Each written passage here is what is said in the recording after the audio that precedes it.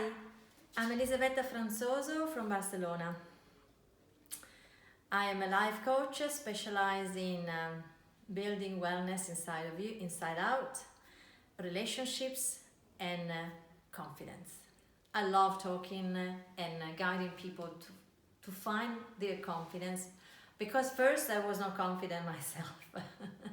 So when we talk about confidence is about any kind of confidence, a confidence to speak in public, for example, or the confidence to speak to your children, or you as a daughter or a son to speak to your parents, or to your colleagues, or to your boss, or to a friend.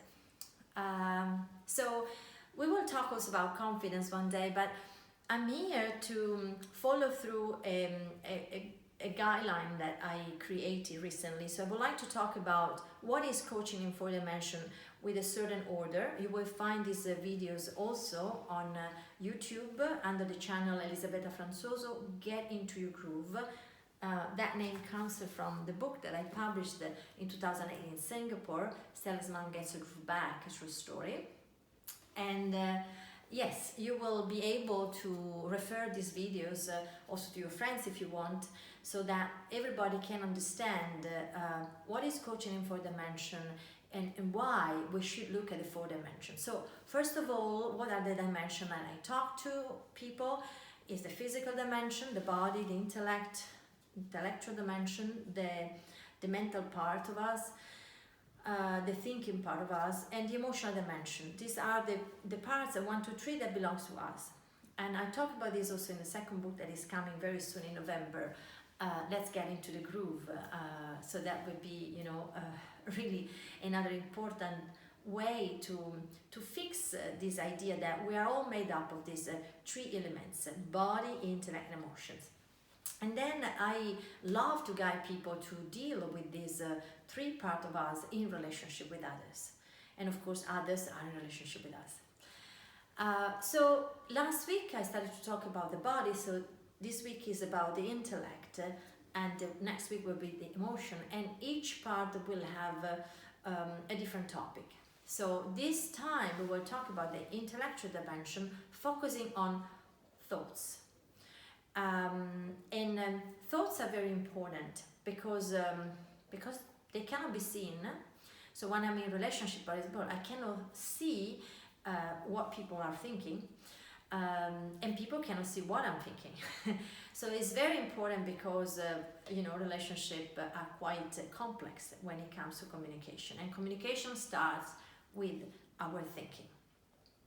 So I like to be very simple, basic.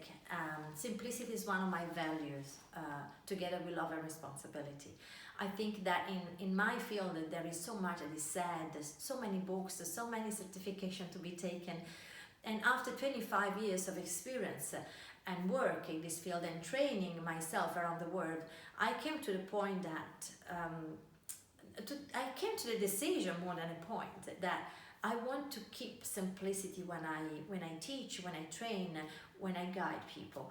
So when I coach people, I take them to really have a look at their physical dimension, but overall the thinking dimension, the intellectual dimension, which is the part of the brain, the new cortex, that differentiate us from animals.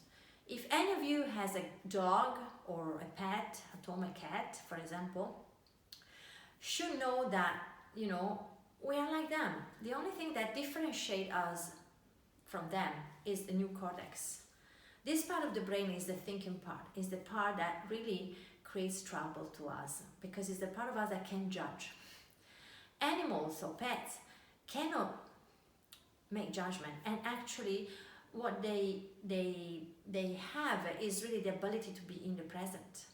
They don't live in the past or in the future like we do as human beings. And why we do that?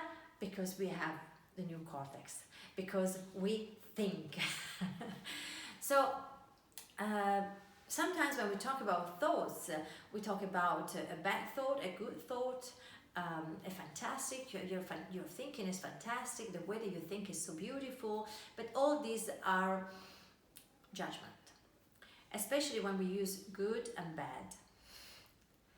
So I like to refer to thoughts in a very simple way. There are positive thoughts and there are negative thoughts. This is when I teach also in organization, or when I give talks to schools, parents, teachers, young students. I say we have a way of thinking that can be seen as positive and that make us lift up, make us smile, give us a charge, a positive charge. And there is a way of thinking that can be very negative and can lead us to slow down in energy, go down with our smile, become serious, drop our shoulders, drop our energy and our eyes and our look, and then lose that positive aspect that a positive thought can give us. So it's very important that we understand, especially in this time of COVID, that it's so important to remain high in spirit, high in energy. And what creates the energy is our thinking, is our way of creating thoughts. And the first step is to observe. So that's why it's very important that when people say, how can I know if I'm positive or negative? Well, we need to be still and observe what the mind is creating, what our intellect, our mental side is creating. That is something that for animals doesn't exist. Animals always live in the moment, but we start thinking about the past, we start thinking about the future, we have our own inner belief system, and we will talk about that in the next sessions. And eventually we get caught into these and we give up give in to the negative more than the positive. I give you an example. Yesterday I lived and I experienced for the first time a panic attack. I was here alone at home. I didn't sleep well. I had very few challenges days before, and altogether it resolved into an attack of huge fear, almost terror. So my mind was shutting down. I was seeing black. It was like dying, and my breath was very shallow, and there was nothing that could help me to break that cycle of toxic thoughts that I had. I was not with someone here at home, I was alone. So I really had to focus on my own resources, the one that I built up in years of training. 25 years ago I started my journey, and I tell you I was completely dysfunctional. I don't have any problem to say because it is all written in the book. There is a Kindle version of the book, you can find it on Amazon, and there is also a paper version on Amazon.com, but I'm not sure how much is that, if they still have storage. Anyway, if you need a book, you can also take it from my website and order a PDF. So why I was saying that, my panic attack was there, and I was able to be still and observe what was happening, observe and staying in my center. And my center was, the part of me that started to say, breathe, Elisabetta, breathe. But the negative thoughts kept on coming in cycles, and I couldn't stop them. But starting to breathe slowly and being still and observe, and not judging myself, not starting to say I'm bad, I'm not good enough, I cannot make it, because otherwise I would have had even more negative thoughts to the negative thoughts that were already there. I was able eventually to reverse the cycle. I reminded myself that I could look at the sky. I needed to dress up and go out, even if I was not well. Yes, I left also a couple of messages to my friends, and in one I left an audio that probably scared her a lot. But that was what I needed. I needed to ventilate also what was happening. I needed to have someone, I knew that someone was there to listen, maybe not to say anything, but was there to listen. So I think, our phone, our WhatsApp, the audio can help us sometimes when we need to, send out a cry of help or a cry for help. So I was able eventually to go out, to go for a coffee, to calm down, to continue observe my negative thoughts coming, and then saying, it's okay, Elisabetta, it's okay, Elisabetta, it's okay, Elisabetta, it will be okay, Elisabetta. And eventually I was able to go to the sea, to walk there, to enter the Club Natation and have 1 hour fitness by myself, just under the sun outdoor. And then take for the first time a bicycle, the one that you can rent out if you're resident here in Barcelona, and go home by bicycle for the first time in years that I live here, because normally I go walk, I love walking, or bus or metro. And that is the way that I get out of this cycle of, because when you have a panic attack, is a cycle of negative thoughts that create the panic, and eventually, you know, all your physiology, all the body is shutting down, and the brain as well. I mean, and the brain, on the contrary, needs to continue to be oxygenated. So I believe in this time of solitude, of lockdown, where we can't feel the freedom to hug, to be with others, to smile. When we see people with the mask, we need to maintain the energy high, to send out light and excitement from the eyes. I see a lot of eyes that are really serious and in fear, and sometimes very judgmental, because normally I don't wear a mask. I mean, I put it down, especially if I'm alone, not with people, but alone. And yes, I do that because honestly, for me, it's very difficult to breathe, and I believe my brain has to maintain, energy. So mask is okay. I use it in a responsible way when I'm with people, but when I'm completely alone, I prefer really to breathe air and to have oxygen that goes to my mind. This is my choice, it doesn't have to be yours.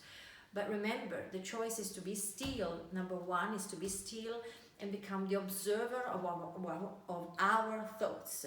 So really starting to discern, not as bad or good thoughts, these are judgment, but as a positive thought or a negative thought. For example, if I say, I would like to buy a house next to the sea, and then straight away I start saying, I can't because I don't have the money. Then I observe this, I can't, I don't have the money, and I make sure that I repeat, I can't and I don't have the money now. Now change everything. Now makes the sentence positive, because it makes me have the hope that tomorrow I might have, or in 6 months, or in 1 year. So every time there is a negative thought, remember, we have the free choice to change it into a positive thought. But the choice comes also from another element, the will. Roberto Saggioli in psychosynthesis, Roberto Saggioli was a pupil of Carl Jung and created an institute of psychosynthesis in Florence, which is well known all over the world today. Talks about the will. Not so many books and training talk about the will, and I think it's very important, on the contrary, when we talk about the intellect, also to talk about the will. The will is an element that can make us choose. Do I want to think positive or negative? Do I want to keep on being negative and let negativity drag me down? Or do I want to choose and be positive? Will is willpower. That doesn't have to be too strong.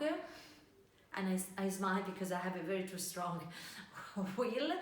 It has to also not to be too lazy, because if the will is not there, then we enter laziness, we enter apathy.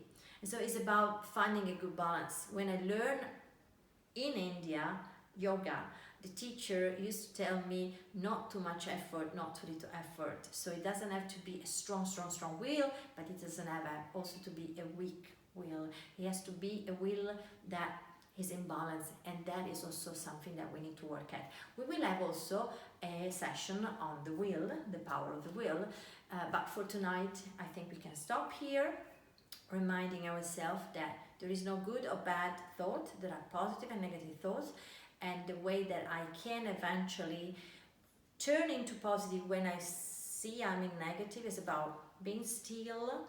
Meditation is a tool, but if you don't meditate, don't get so much worried, just be still, and for a few moments breathe in and breathe out, and just observe what are you thinking. And if your mind, if your intellect is wired on the negative more than the positive.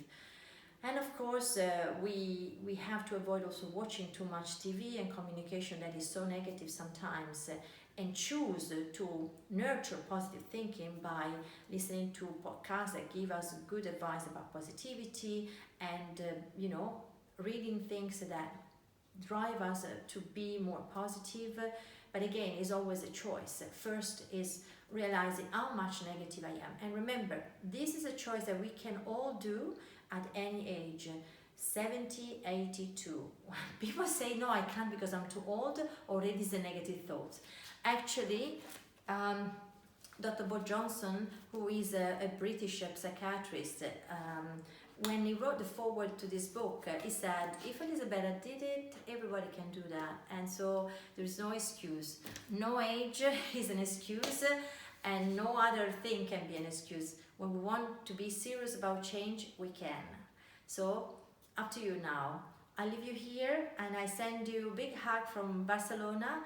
And remember, you find these videos on YouTube, spread it around, tell your friends, share, so that more and more people will know about what is the importance of positive thinking towards negative thinking. Big kiss. Ciao.